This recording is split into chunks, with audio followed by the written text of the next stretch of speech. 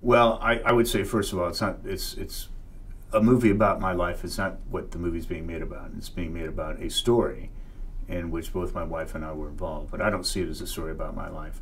I see it much more as a story about the U.S. government and the Bush administration trying to shut people up, legitimate critics of their dastardly and disastrous policies.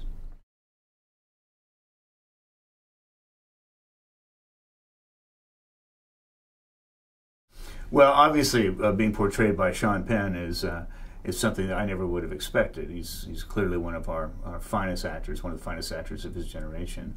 You know, he's a pretty big time lefty. He's probably a little bit to the left of me, but he's a consummate actor, and he really does try and get into your skin. And he has spent a lot of time with me doing just that.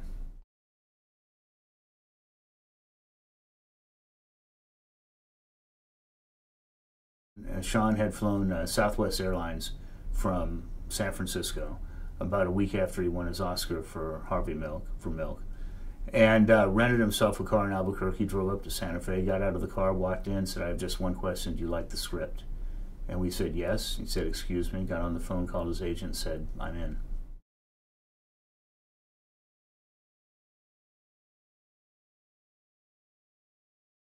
Well, I wouldn't say we worked together. I would say we spent about a week together, pretty much joined at the hip, where we were together day and night.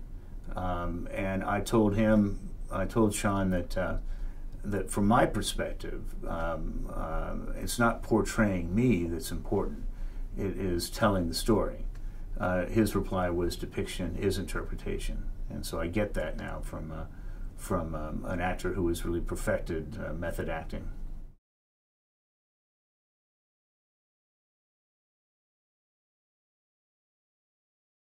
Well, early on, we met with Jez and John Henry Butterworth. They came and spent time with us in Washington, D.C., and we did everything we could to answer all their questions and point them in directions we thought they ought to go to get information they needed.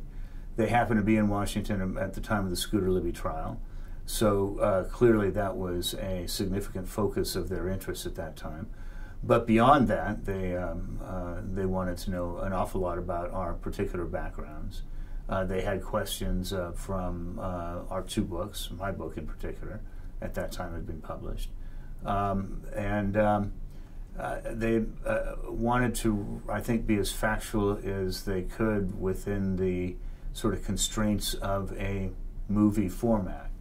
And it certainly strikes me from the script that they were.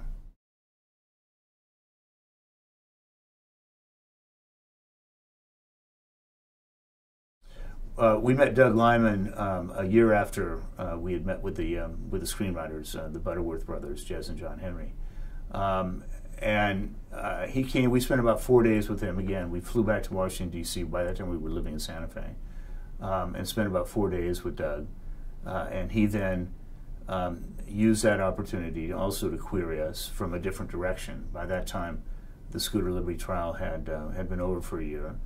And Doug's vision of the movie was a little bit different from a courtroom drama.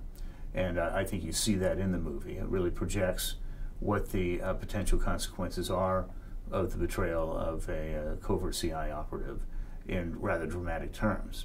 And people ought to understand that this sort of stuff can and does happen, and that's why you protect the secrets, and that's why you protect your officers.